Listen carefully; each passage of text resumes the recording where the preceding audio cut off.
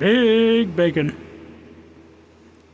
Hello again, and welcome back to another pulse pounding episode of Big Bacon's Collection. I'm your host, Big Bacon. So, today we will be reviewing the Marvel Legends 2021 release from the Shang-Chi movie wave, Death Dealer. Now, I know a lot of people. Okay, let me rephrase that. Not a lot of people saw that movie. And a lot of people who did really vocally voiced how much they did not like that movie. But I live by the mantra of never let a bad movie ruin a good figure. So, this figure in the package looked really great. And I figured I'd snatch it up. I actually ordered this from my buddy Rob out there in Peddler's Post in Bolivar, Missouri. Once again, check them out. They'll hook you up. They have their hands in a little bit of everything. So now let's actually get a look in on the figure. Now the figure itself only came with a set of alternate hands. The ones that came with were a pair of fists. I've switched out those hands for these hands, the throwing knife hands, because that's how I'm going to be displaying him. So without any further ado, let's take a closer look at the figure.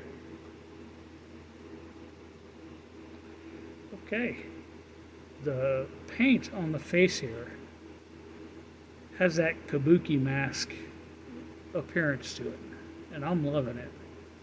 The lines are well detailed, not a lot of overspray, no sloppy application.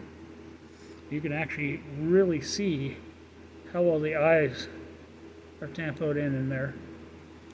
His hood has a really nice texture look to it, although mine has some sort of like glue anomaly on the side here, and that's a shame. He got a really long ponytail sticking out the top of his head, and it looks like that's where the glue came from. Okay, he's got this overcloak thing, which unfortunately cannot be removed without cutting it.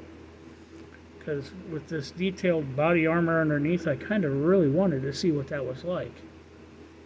But, oh well. This overlay texture continues down the arms and all the way down the drape. It's got this lovely gold accenting, gold and yellow, held in place by a belt with nicely detailed silver work. Comes all the way around to the back where two of his sewing daggers are hidden. The arms, the forearms, have these protective silver plates. A little bit of red bow tie on there.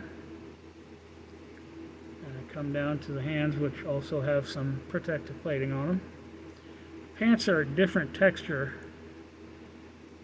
than the overlay, but still well detailed, well lined, well defined. Got a set of silver matching knee pads. And, okay, I might just be weird, but I love boots in general. And these are some pretty badass boots. So appearance-wise, this figure's firing on all cylinders. Defect-wise, yes, there are a couple of things here and there, mostly having to do with the glue, but so far it's a nice figure. And this is where we're going to lose everybody. Let's take a look at some of the articulation. Now, he's got a ball on top of a hinge, so he can look up fairly well. The bottom of the neck is also articulated slightly. So down, he's got amazing down. Side to side, even tilt. Arms. Okay, this is weird. Yes, they come up to 90. And if you look inside the gap there, there is no butterfly joint. But it's like the peg for this arm sticks so far out into the void there that the entire thing is just loose. And I'm afraid I'm going to end up breaking the damn thing.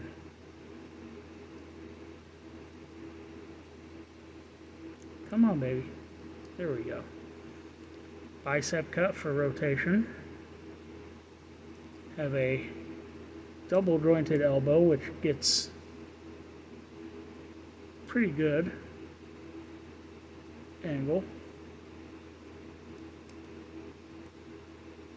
No kind of forearm swivel, but the hands do rotate, and both of these hands have amazing horizontal hinging. As far as the ab or chest, yeah, you're not twisting, you're not crunching, you're not doing anything. Now, the skirt. This one leg comes out about that far. Comes to the side about that far. Goes back, not at all. This leg, it's a fake leg. It's just there for appearance. Because, honestly, okay, there's a little bit of side. There is a slit up here that does allow some side movement. But forward, back you get a little bit, but for the most part it's just kind of wasted. God, look at that detail on that boot. That is a badass boot.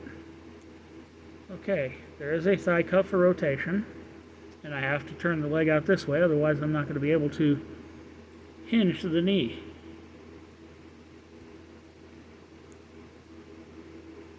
Okay, baby, straighten back up. Now, this is the part that really kind of bothers me. Foot hinges back nicely, comes forward really well.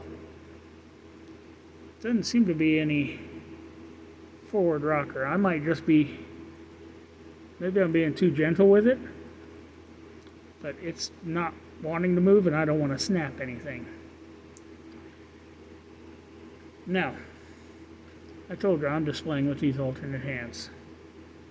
For one hand, two knives attached to the hand by what's supposed to be clear plastic. Now, it does give a fairly nice throwing look. The other hand is a knife in the ready position. So, display-wise, he's all set. Let's get him onto a stand and add him to the shelf.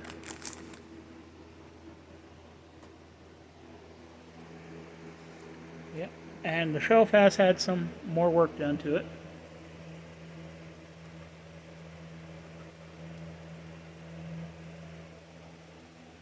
And there we have it.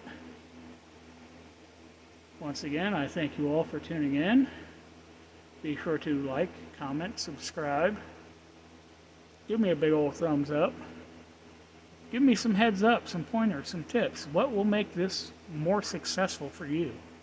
What will make you want to come back?